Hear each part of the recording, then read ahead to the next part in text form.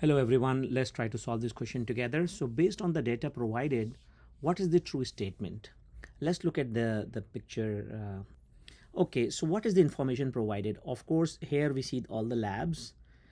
Here I see, the different choices provided, and here we see the bilirubin level. And of course, this is the information needed to make a decision. So let's rub it off and see.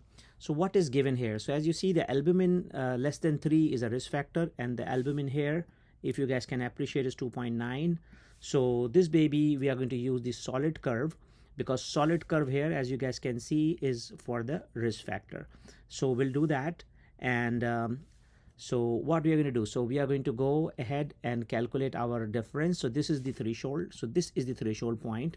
And what we'll do, we'll just take an arrow down this way. So it's roughly 16. So we subtract 14.2 from 16. So we got it 1.8 as our level.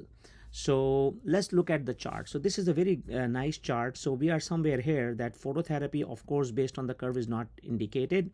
But if you see 1.8 falls here, and patient is more than 24 hours old. So there are three options. You can even delay discharge and start phototherapy. You can discharge without phototherapy. So now let's go back to the choices. So the first choice was that phototherapy should be considered. So if you see that choice, phototherapy should be considered, yes, that's correct, because we can do that based on these guidelines. Second choice is bilirubin should be followed in 24 hours. That's wrong, because you see here bilirubin has to be followed up in 4 to 24 hours. The third choice is infant should not be discharged home. So not was the clue here. And here it says that patient can go home. See, patient could be discharged without phototherapy.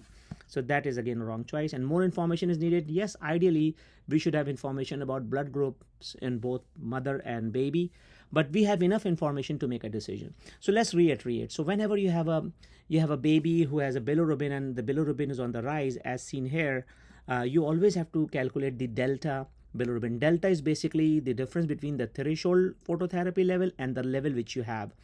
Then whatever level you get here, you just look in this chart. So here we see that, and then you go from there. It's so easy. So I hope this information has helped you. So let's go and try to answer the question now. So based on the data provided, now we know the answer is phototherapy should be considered, because bilirubin should be followed in 4 hours. The infant should not be, no patient can go home if there is a good communication and good follow-up. And more information is needed. No, we have enough information to make a decision.